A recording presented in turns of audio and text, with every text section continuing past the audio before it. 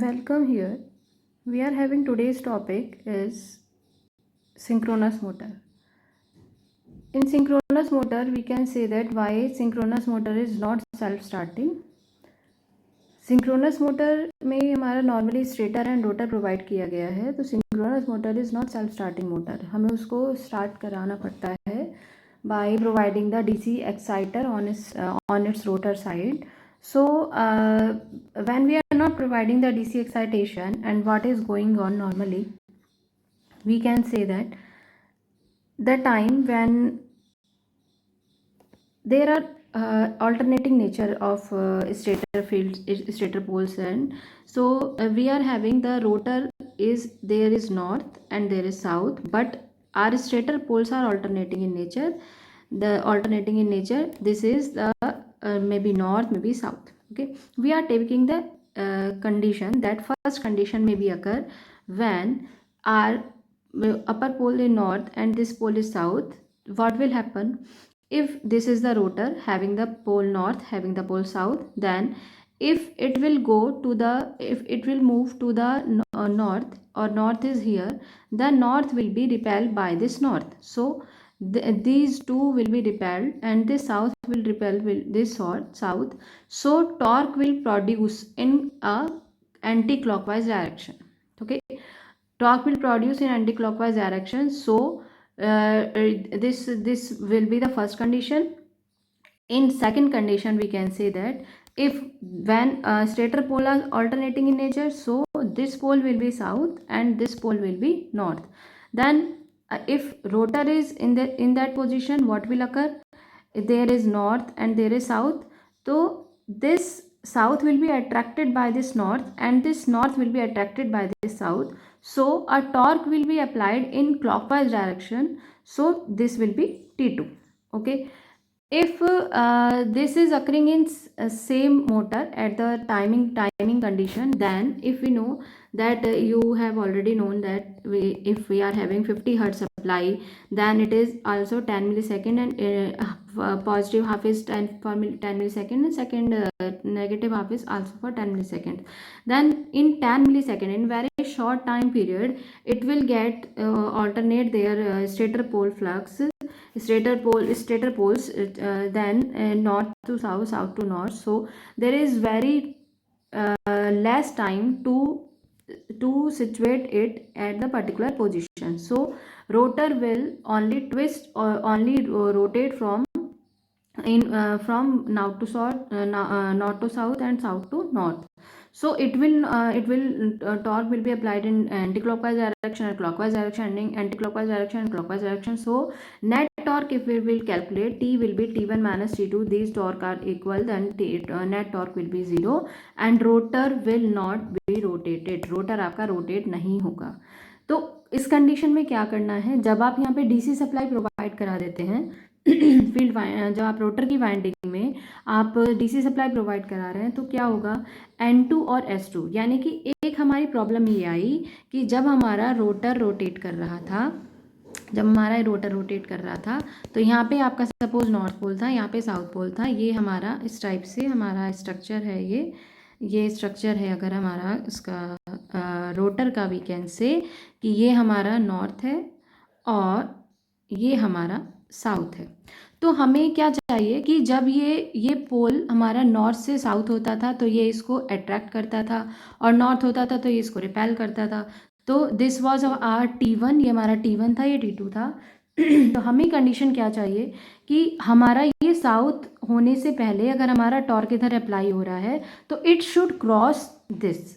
ये हमारा कहाँ पहुँच जाना चाहिए, यहाँ पे, और फिर यहाँ पे अगर साउथ आएगा और यहाँ पे साउथ होगा, ये दोनों साउथ, ये साउथ यहाँ पहुँचेगा इतनी देर में और ये साउथ यहाँ पे है.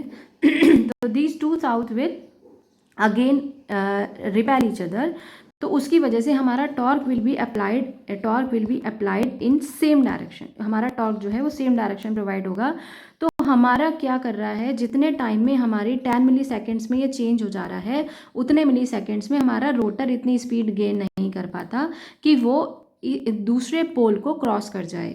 ठीक है, जब ये यहाँ से रिपेल हुआ, दोबारा समझ लेते हैं, जब ये हमारा यहाँ से रिपेल हुआ, सपोज ये नॉर्थ है, अभी ये यहाँ से रिपेल हुआ, तो ये रिपेल होके धीरे धीरे मूव करके यहाँ जाएगा। तो यानी कि हमारा रोटर अभी नॉर्थ यहाँ पे है, साउथ यहाँ है, इतने टाइम में ये फिर से अगर नॉर्थ हो जाता है तो फिर से ये इसे रिपेल कर देगा। तो हम ये कहना चाह रहे हैं कि हमारा ये अगर उस टाइम पे साउथ ही रहे और ये हमारा नॉर्थ आ रहा है तो क्या होगा, ये हमारा इसको अट्रैक्ट कर लेगा, और ये हमारा नॉर्थ ही रहे, ये हमारा साउथ यहाँ पे है, ये हमारा इसको अट्रैक्ट कर लेगा। तो यहाँ पे एक मैग्नेटिक लॉकिंग की कंडीशन हो जाएगी, और इस कंडीशन पे हमारा रोटर जो है वो सेम डायरेक्शन में रोटेट करेगा, सेम डायरेक्शन का टॉर्क उसे मिलेगा, बोथ पॉजिटिव और negative half of the stator side. तो हमें क्या करना है, हमें बहुत इजी सा वर्क करना है, हमें एक्साइटर प्रोवाइड करा देना है, एक DC exciter to the R rotor की वाइंडिंग पे। तो हम इसे एक स्टेटर डीसी सप्लाई प्रोवाइड कराएंगे, इट मींस डीसी एक्साइटर यहाँ पे हम कनेक्ट करेंगे। तो ये डीसी एक्साइटर क्या कर रहा है, ये इसको इतना एक्साइटेशन, इतनी एनर्जी प्रोवाइड कर रहा है कि ये 10 मिली सेकेंड जबकि आपका ये नॉर्थ से साउथ होता है पोल, उस टाइम पीरियड में इस रोटर को यहाँ से पास करा के ले जाए। तो हमारा अब क्या होगा, अब इस कंडीशन में होगा कि जब हमारा ये वाला पोल नॉर्थ था, ये वाला पोल साउथ था, यहाँ पे हमारा इसका नॉर्थ था जो हमारा रिपेल कर दिया गया, इसका नॉर्थ जो रिपेल कर दिया गया, तो ये जब यहाँ पहुँचता है तो ये 10 मिली सेकेंड्स में, 10 मिली सेकेंड में इसको साउथ से नॉर्थ हो जाना है, तो ये फिर इसको दोबारा से रिपेल कर देगा इधर से। तो हमें ऐसा नहीं करना, हमारा क्या हो जाना चाहिए, हमारा ये जो 10 मिली सेकेंड्स के अंदर अंदर ये हमारा कहाँ आ जाना चाहिए, अगर हमारा इस टाइप से आ जाता है, आपका ये जो रोटर है अगर ये इस टाइप से आ जाता है और यहाँ पे हमारा नॉर्थ आ जाता है, यहाँ पे हमारा साउथ आ जाता है, इसके नॉर्थ होने से पहले, और नॉर्थ कितने टाइम में होगा, 10 मिली सेकेंड्स में होगा। तो इससे पहले हमारा ये रोटर अगर इस टाइप से हो जाएगा तो ये आपके दोनों पोल एक साथ हो जाएंगे, अट्रैक्शन की वजह से ये दोनों पोल एक साथ हो जाएंगे, तो this will be your magnetic locking. तो आपके क्वेश्चंस अगर एग्जाम में आते हैं कि why synchronous motor is not self starting या व्हाट इज मैग्नेटिक लॉकिंग, तो you can explain by this.